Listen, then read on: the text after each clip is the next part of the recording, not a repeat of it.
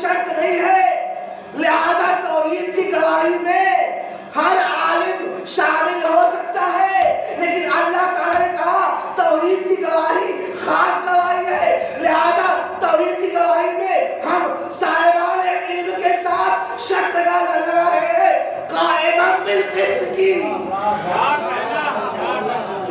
ایک سلام بھی بندہ وہاں سے آپ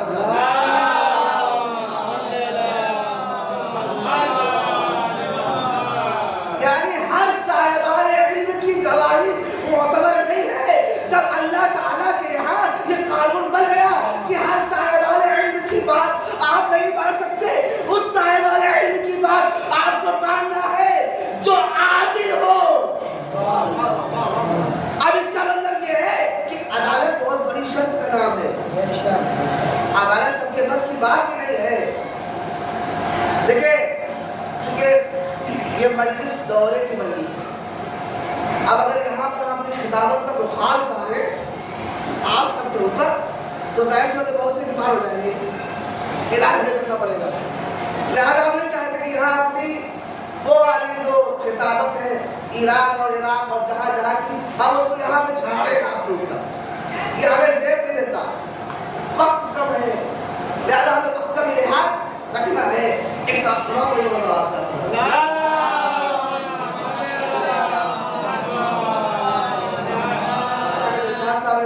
دو مجلس کے بعد اور یا ہمیں ان کا بھی خون نہیں کرنا ہے، بس ایک سلام پر ان کا واسطہ مدرہ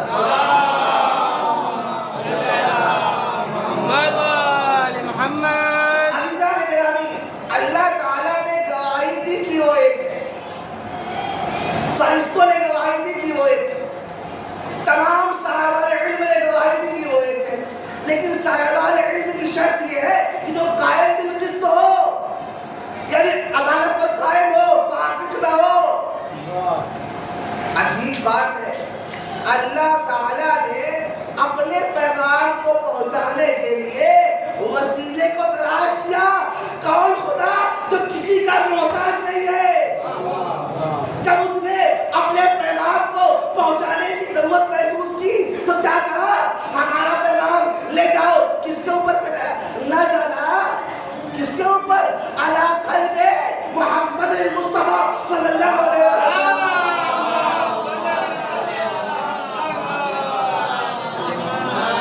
پروردگار عالم اپنے پیغامات کو، اپنے احکامات کو پروردگار عالم جیسا بے نیاز جسے کسی کی ضرورت نہیں ہے، جب اپنا پیغام پہنچانا چاہتا ہے تو وہ بھی ایک وسیلہ جبرائیل امین کے ذریعے تلاش کرتا ہے۔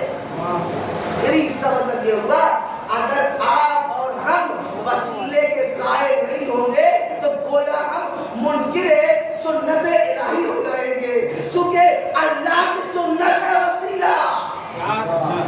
اللہ تعالیٰ نے قرآن مجید کو بھیجا، کس کے ذریعے سے بھیجا؟ کہ اللہ تعالیٰ ڈائریکٹ آیا ہمارے پاس، اللہ تعالیٰ نے جبرائیل امین کو وسیلہ بنایا پیغمبر تک اپنے احکامات کو پہنچانے کا۔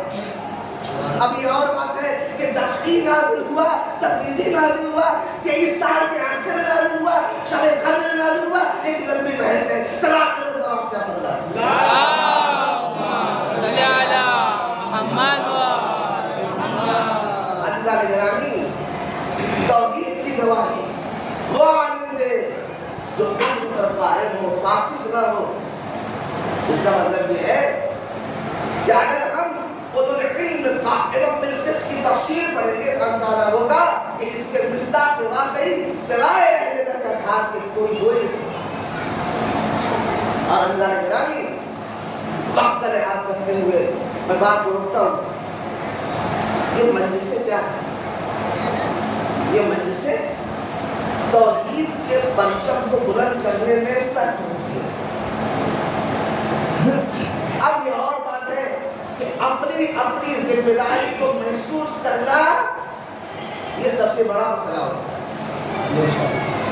اپنے خطابت کے جوہر دکھانے کا مسئلہ ہوتا ہے، اپنی ذمہ داری کا احساس کرتے ہوئے بات بولنا کہ بہت بڑا مسئلہ ہے۔ اجازت دیکھیں، آج کل سب سے بڑی مشکل جو عوام کے اندر ہے وہ کیا ہے؟ وہ آپ سب کو پتا ہے. ٹائمنگ کی پرابلم ہے. میرے پاس ٹائم نہیں ہے لیکن قربان جاؤں آپ سب کے اوپر کہ آپ سب ٹائم نکالتے ہیں. لیکن یہ آپ ٹائم نہیں نکالتے, آپ ٹائم نہیں نکال رہے, بلکہ اللہ کی نگاہ میں آپ لوگوں کو بی بی زہرا نے منتخب کیا ہے اسی کام. یعنی بی بی زہرا کی طرف سے آپ سب کو چن لیا گیا ہے. اب یہ اپنی قسمت میں آپ کو ناز کرنا چاہیے. فرش اعضا ہر سب کو, ہر کس و ناقص کو ملنے والی نہیں ہے. در حسین پہ آتے ہیں ہر خیال کے لوگ, یہ اتحاد کا مرکز ہے ہر کسی کے لیے. صلوات محمد وآل محمد.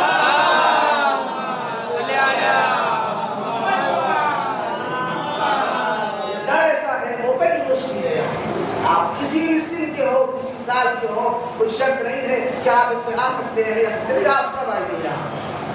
درسیاں میں ہوتا ہے اتحاد درس ہوتا ہے. ہم اختلاف نہیں چاہتے, ہم اتحاد چاہتے ہیں عزیزو, اور ہونا بھی نہیں چاہتے. یہ فرش اعضا, یہ مجلس سیاسی اجتماعات نہیں ہے, یہ مجلس ذکر حسین ہے, ذکر محمد و آل محمد ہے, تفسیر قرآن ہے, تشریح سنت رسول ہے. یہاں جو بیٹھے یہ سوچ کر بیٹھے کچھ لے کے جانا ہے, چاہے علم کی شکل میں لے کے جائے, چاہے تورق کی شکل میں لے کے جائے. لیکن اللہ گرامی میرا پیغام یہ ہے, ہم حقیقت کا پیغام یہ ہے, اس منبر رسول اعظم سے یہ پیغام دینے جا رہا ہوں کہ یہ مجلس حسین کیا ہے. مجلس حسین ہے کیا اصل میں؟ مجلس حسین نام الفت کا, بلکہ یوں کہا جائے مجلس حسین علیہ السلام الفت بانٹنے کا نام ہے. اگر یہاں سے آپ کو الفت نہیں ملی تو آپ نے کچھ حاصل نہیں کیا. بھائی مجلس حسین کیا ہے؟ ایک نماز الفت ہے. مجلس حسین ایک نماز الفت ہے. یا علی ادا اس کی, یا حسین اقامت ہے. ایک سلام میرے آواز سے مجھا پڑھا.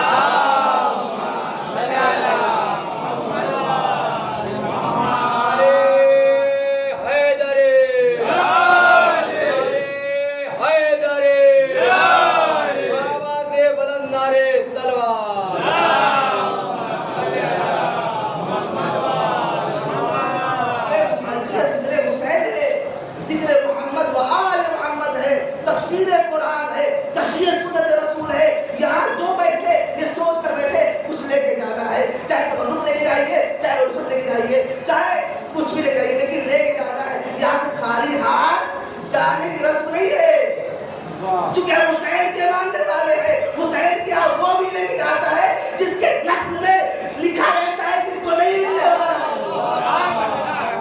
حسین کبھی کسی کو نا امید نہیں کرتا. عزیزان گرامی, 40 کا واقعہ سناتا ہوں. 40 کے واقعے پر میں پہنچا. کہاں پر پہنچا؟ مولا حسین زری کے سامنے پہنچا. باب القبلہ پہنچنے کے بعد دیکھا کافی جمع غفیر ہے, مجمع زیادہ ہے. میں چھوٹا موٹا آدمی, وہاں عرب لمبے چوڑے بالکل 100 کلو کے آدمی. اب ڈر تو لگتا ہے نا کہ بھیا اس میں کون گھسے گا. حسین, عباس, یہ وہ ہستیاں ہیں جو اپنے زائرین کو نا امید نہیں کرتی. ابھی میں سوچ ہی رہا تھا کہ اتنا مجمع ہے, لاکھوں کا مجمع ہے, میں تو طاقتور اتنا ہوں نہیں, باڈی بلڈر تو نہیں ہوں کہ میں سب کو توڑتے ہوئے چلا جاؤں. نہیں عزیزو, اور احترام زیارت یہ ہے کہ جب تک مولا نہیں چاہیں گے آپ مولا تک نہیں پہنچ سکتے. مولا کی طرف سے اشارہ ہوگا آپ پہنچ جائیں گے. عزیزو ہوا بھی یہی کہ دیکھتے دیکھتے مجھے کیا احساس ہوا کہ میں زمین کے سامنے کھڑا ہوں. کیوں؟ چونکہ مولا حسین کی ذات وہ ہے جو ایسوں کو دے دے جس کے یہاں لکھا ہو کہ نہیں مل رہا ہے. ہم تو ان کے فرش اعضا پر بیٹھنے والے زائرین اور سامعین ہیں, لہذا ہم کو نا امید نہیں ہونا چاہیے. گرامی اسی فرش اعضا پر بیٹھے اور دعا کرے بی بی زہرا صاحب اللہ سے. کیوں؟ چونکہ یہاں پر ایک ایسی بیوی موجود ہے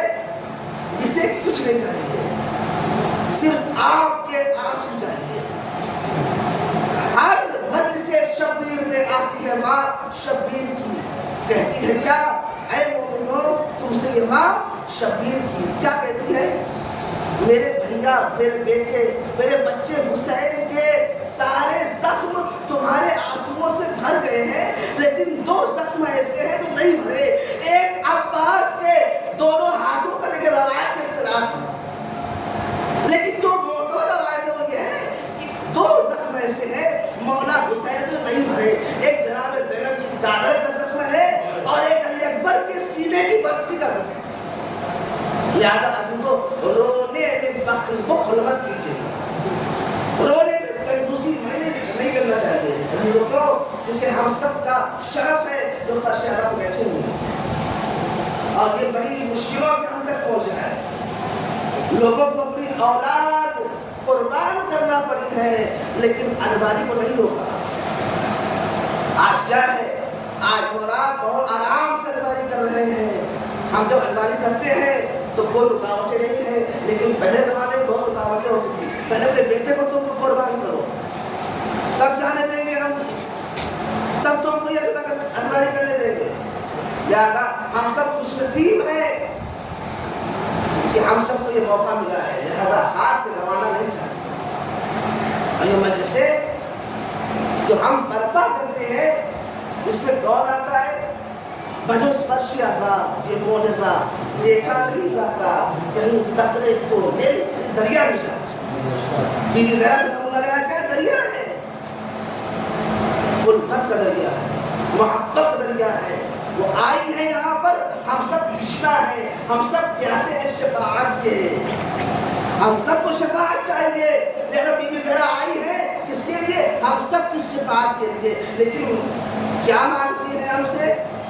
ایک قطرہ، آنکھوں سے آپ اشک گرائیے، اگر نہیں گر رہا ہے تو سر جھکا ہے، لیکن ایک جو آداب ہے محرم کے ان میں سے کئی ہے، اگر رونا نہیں جا رہا ہے تو سر جھکا لیجیے۔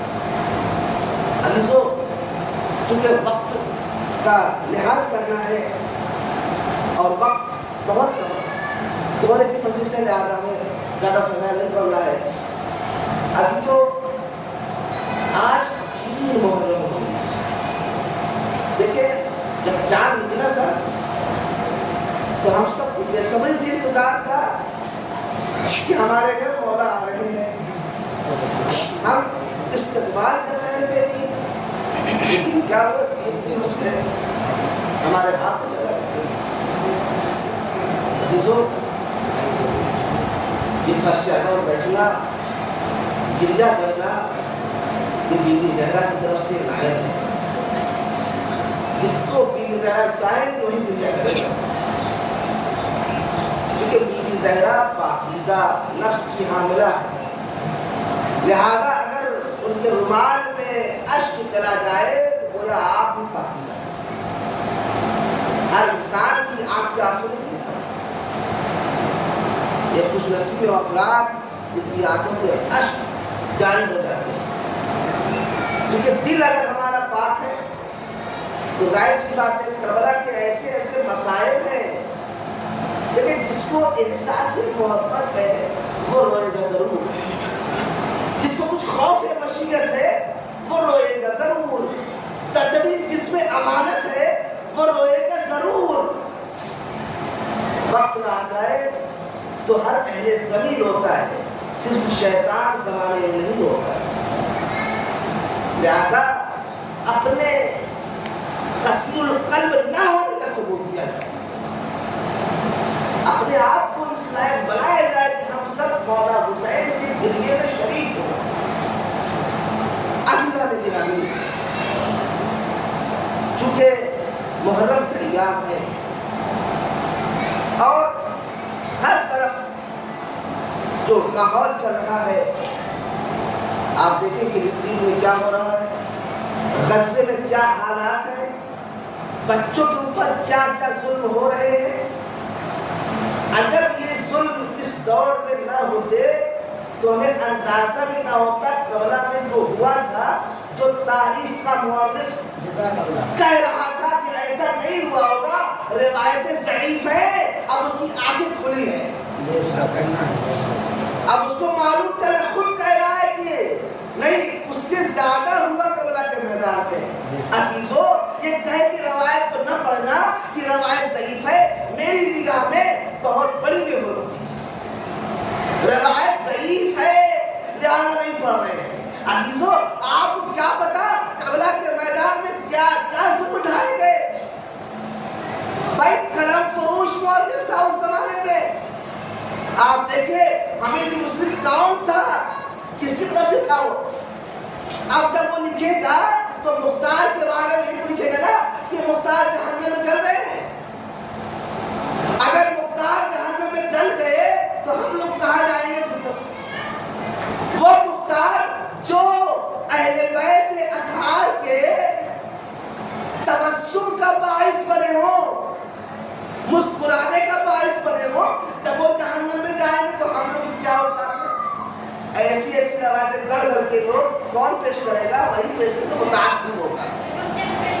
لہذا منبر سے ان ساری چیزوں کو بیان کرنے کا وقت نہیں ہے، انشاءاللہ کبھی اگر موقع رہا تو بیان کیا جائے گا انشاءاللہ۔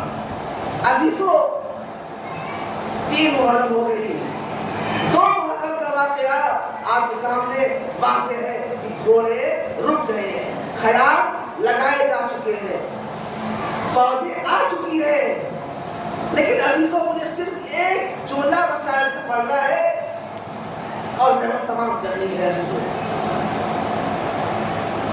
دیکھیں، تاریخ میں بہت سے ایسے مسائل ہیں جن پر رونا آ جاتا ہے، کچھ ایسے مسائل ہیں جن کو ہم نہیں پڑھ پاتے، لیکن عزیزو کچھ مسائل ایسے ہیں جن کو ہم محسوس کرتے ہیں، جن کو ہم درک کرتے ہیں، جن کو ہم جلدی سمجھ جاتے ہیں۔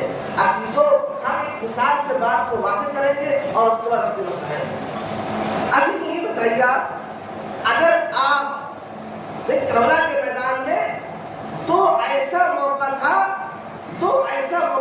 جہاں گھوڑے نے اپنے آپ کو روکا ہے، 2 مقام ایسا ہے، کل کی تاریخ 2 محرم گزری ہے، اس میں مولا حسین نے 7 گھوڑے بدلے، گھوڑا آگے بھی نہیں رہا۔ ایک موقع وہ ہے، مولا حسین جانتے تھے کہ کیوں نہیں گھوڑا آگے بڑھ رہا ہے، سب مولا کو پتا تھا، لیکن وہاں درس عبرت ہے آنے والی تاریخ اور مورخوں کے لیے۔ ایسا نہیں ہے کہ مولا حسین کو پتا نہیں تھا اس کا نام کیا ہے۔ مولا خود فرماتے ہیں واللہ ہذہ ارض کرب و بلا، مولا فرماتے ہیں ہاں ہونا محط رحالنا، ہاں ہونا تصبح اطفالنا، ہاں ہونا تصبح حریمنا۔ یہ سارے جملے تاریخ کے جو مولا فرماتے ہیں۔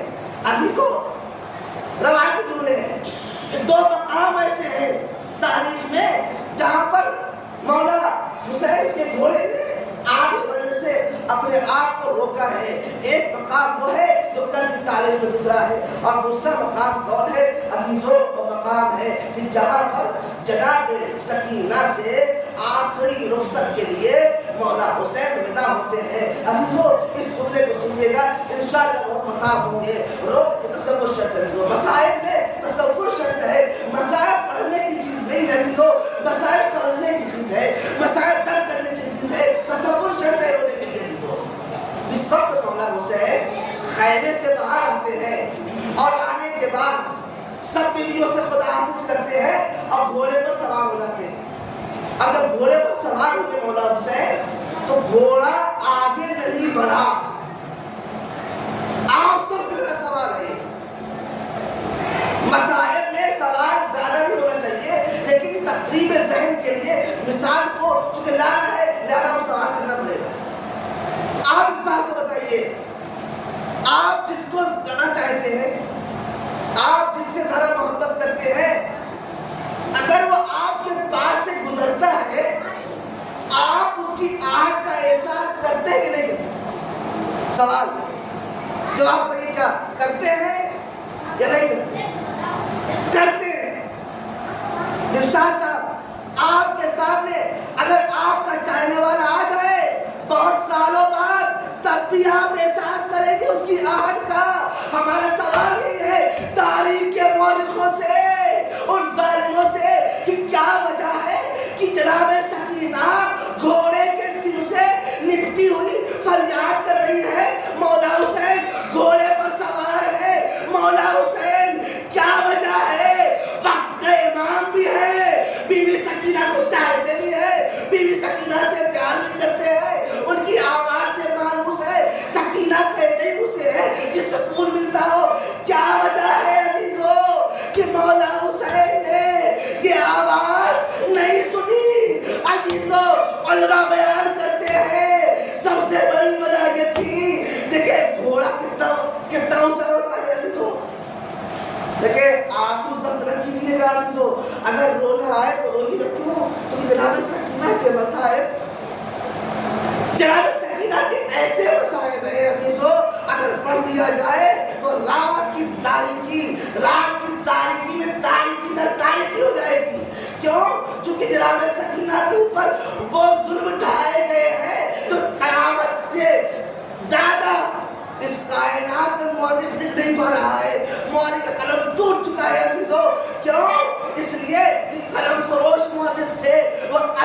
واقعے کو نہیں لکھ سکتے تھے چونکہ وہ اہل بیت کو چاہتے نہیں تھے. عزیزو سوال یاد رکھا ہوگا ہمارا. سوال یہی ہے کہ مولا حسین کا گھوڑا بہت زیادہ اگر قد بلند ہوگا اس کا تو 8 فٹ ہوگا 9 فٹ ہوگا. وقت کا امام جو قوت سماعت ہوتی ہے اس کی وہ بہت زیادہ قوت ہوتی ہے اس کی سننے کی. عزیزو ہم اور آپ سے زیادہ مولا حسین سن سکتے ہیں. وہ بیٹی جس کو سینے پر سلاتے ہو مولا, وہ بیٹی گھوڑے کے سر سے لپٹی ہوئی ہے. وہ فریاد کر رہی ہے بابا بابا خیر میں نہ خیمے سے باہر نہ جائیے, میدان میں نہ جائیے بابا. اب تک جو میدان میں گیا واپس نہیں آیا.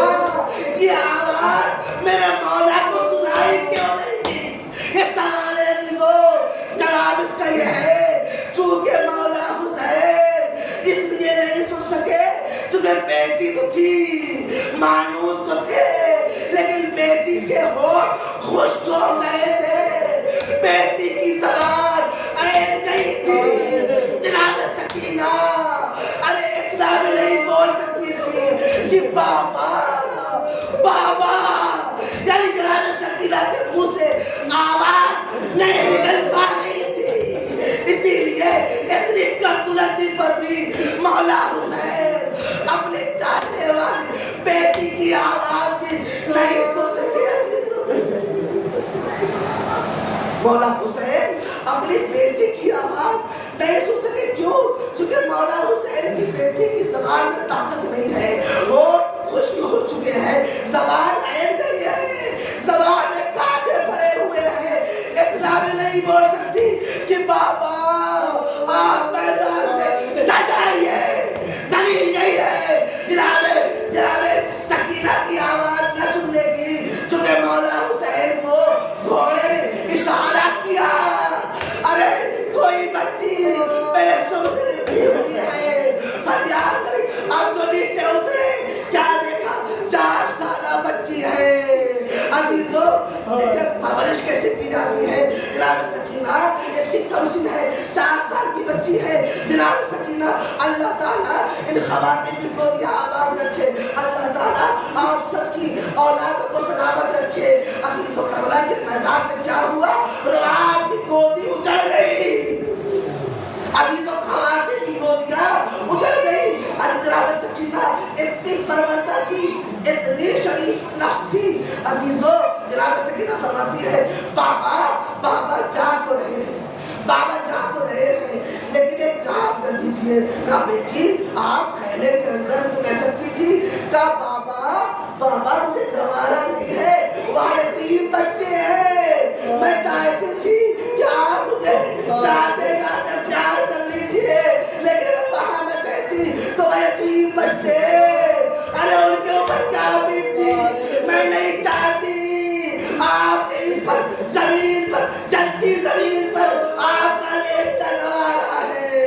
یتیموں کی تکلیف کو دیکھنا گوارا نہیں ہے. میں عرض کروں گا بی بی آپ کو بڑی امید ہے یتیموں کے ساتھ احسان جی, لیکن بی بی عصر عاشور کے بعد شبر کے تماچے ہو گئے. آپ کی بالیاں آپ کے کانوں سے چھینی جائیں گی, لبیں زخمی ہوں گی, اور آپ کو احسان دلایا جائے گا کہ آپ کو